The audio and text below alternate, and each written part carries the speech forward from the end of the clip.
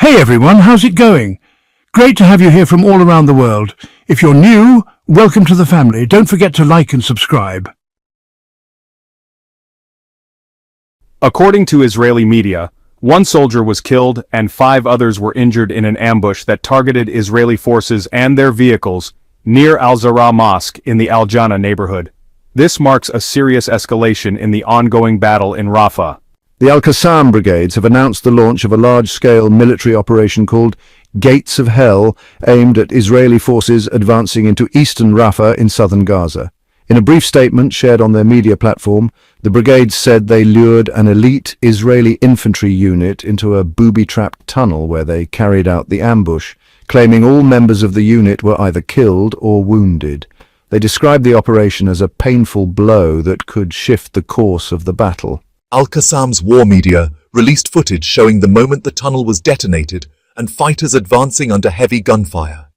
So far, the Israeli military hasn't issued any official statement about the ambush or the casualties, though some Israeli sources have confirmed a major security incident in eastern Rafah, along with increased activity of Israeli warplanes and drones over Gaza since early this morning. Al Jazeera reported that the operation was carried out in retaliation for recent Israeli attacks on civilians in Rafah, which have killed dozens of women and children. These events come amid growing international calls for a ceasefire and opening humanitarian corridors.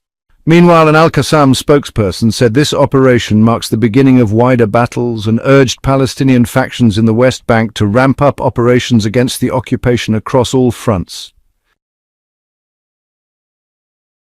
Tensions escalate between nuclear neighbors. India strikes Pakistan. In another major development, Indian forces launched air and missile strikes yesterday evening, hitting 9 targets inside Pakistani territory, including areas in Pakistan-administered Kashmir. The operation, dubbed Operation Sandur by New Delhi, was reportedly in response to an earlier attack in Indian-administered Kashmir's Bahagam area, which killed 26 Hindu tourists. India blamed militant groups like Jaish-e-Mohammed and Lashkar-e-Taiba, accusing Pakistan of backing them. Pakistan denied harboring any militant infrastructure in the targeted areas and called the strikes a blatant act of war, saying they killed 26 Pakistani civilians and injured 46 others, including women and children. Pakistan's military claimed to have shot down 5 Indian aircraft, including Rafale, Sukhoi 30, MiG-29 fighters, and a drone, in a swift counterattack. Reuters reported that 3 Indian jets crashed inside Indian-administered Jammu and Kashmir, although Indian officials have yet to confirm this. Heavy gunfire and shelling were reported along the line of control, causing casualties on both sides. The fighting also disrupted air travel, with India closing several airports and canceling over 50 flights, while Pakistan rerouted flights to Karachi and declared a state of emergency in Punjab province, shutting down schools in Kashmir. The UN, US, and China have all called for restraint, warning that continued escalation could lead to an all-out war. Pakistan reiterated its readiness to defend its sovereignty, promising a strong and appropriate response to any aggression. Trump announces a surprise deal with the Houthis. In a surprising and controversial move, US President Donald Trump announced today a preliminary agreement with Yemen's Houthi movement to immediately halt all American military operations in Yemen. During a press conference, Trump confirmed the US would suspend all airstrikes in Yemen, adding that a major announcement would be made before his upcoming trip to the region. According to Al Jazeera, the deal includes opening direct communication channels between Washington and the Houthis, and exploring security cooperation on regional issues, especially the growing tensions with Israel. The announcement sparked shockwaves in Israeli political circles. Officials in Netanyahu's government expressed concern about how the US Houthi rapprochement might affect Israel's security, especially after recent missile strikes hit Ben Gurion airport and key military sites. Houthi spokesperson Mohammed Abdul Salam called the move a diplomatic victory and a testament to the Yemeni people's resilience. He said the end of US airstrikes paves the way for a new phase of regional understanding. Analysts suggest Trump's upcoming announcement could signal a major shift in US policy toward the Arab-Israeli conflict, posing new challenges for the Israeli government. Breaking. Yemen launches a dual strike on the Red Sea and Tel Aviv. In an unprecedented escalation, the Yemeni armed forces announced tonight that they carried out a dual military strike targeting both the U.S. aircraft carrier USS Harry Truman in the Red Sea and Ben Gurion Airport in central Tel Aviv. The move was reportedly in retaliation for Israeli airstrikes on Sana'a International Airport. According to the Yemeni military spokesman, Brigadier General Yahya Sari, precision-guided cruise missiles were used to strike the U.S. carrier, causing direct hits and forcing it to withdraw from the area. Red Sea strike sparks a U.S. fleet emergency. Major fire damages Israeli Defense Ministry. Tensions are sky-high as the U.S. Navy goes on full alert in the Red Sea following a major attack.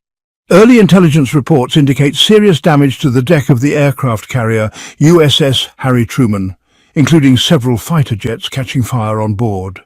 At the same time, military sources confirmed a long-range ballistic missile known as Palestine 2 hit Israel's Ben Gurion Airport, causing massive explosions, damaging key infrastructure, and sparking fires in the air cargo terminal. Hebrew media, including Israel's Channel 12, reported scenes of panic and confusion at the airport, with all flights completely suspended. Prime Minister Benjamin Netanyahu quickly called an emergency cabinet meeting to discuss potential retaliation for the Yemeni strikes. Meanwhile, Yemeni forces said the attacks were a legitimate response to ongoing Israeli and U.S. aggression in Yemen, warning that even harsher strikes could follow if the air raids continue. Tel Aviv hit by the worst fire in its history. Flames reached the Defense Ministry. In another dramatic development, Tel Aviv was rocked by what's being described as one of the worst disasters in its modern history. Massive fires tore through large parts of the city and reached the area surrounding Israel's Ministry of Defense in the Hakiria district.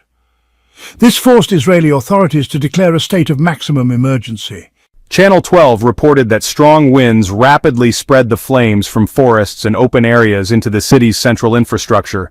Despite deploying more than 60 fire trucks and a helicopter, emergency crews are struggling to contain the blaze. In a rare sight, Prime Minister Netanyahu was seen entering the Emergency Operations Center, flanked by Army and Shin Bet officials.